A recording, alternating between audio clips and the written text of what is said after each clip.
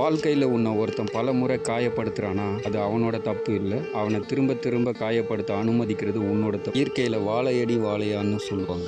அந்த வாழை மரத்தோட நோக்கம் ஒரே இடத்துல மறுபடியும் நிலையா காய்க்கிறது மட்டும்தான். இன்னைக்கு ஒரு சில மனுஷங்க அப்படி தான் வாழ்ந்துட்டு இருக்காங்க. நான் வெட்ட வெட்ட வளர்ந்துட்டு தான் இருப்பேன் அப்படின்னு சொல்லுவாங்க. அதுக்கான அர்த்தம் அது கிடையாது. யாரோ ஒருத்தரோட குடும்பத்துக்காகவும் அவங்களோட சுயநலத்துக்காகவும் வளர்ச்சிக்காகவும் தங்களோட வாழ்க்கையை தியாகம் பண்ணிட்டு இருப்பாங்க. சுய சிந்தனையே இல்லாமல் அவங்களுக்காக பாடுபட்டு அவங்களுக்காகவே முளைக்கிறேன்னு சொல்கிறது இது ஒரு அறியாமை. ஆலமரங்கிறது அப்படி கிடையாது. விழுதுகள் கீழே விழுறது தன் சொந்த காலில் சுயமாக இன்னும் ஆழமாக வேறு ஊன்றி நிற்கணுங்கிறதுக்காக தான், அடுத்தவங்களுக்காக கிடையாது. யாரோ ஒருத்தருக்காக உங்களோட அடையாளத்தை நீங்கள் இழந்துடாதீங்க. உங்களோட அடையாளத்தை பதிய வைக்க தான் அந்த ஆலமர விழுதுகளை குறிப்பிட்டு சொல்லுவாங்க.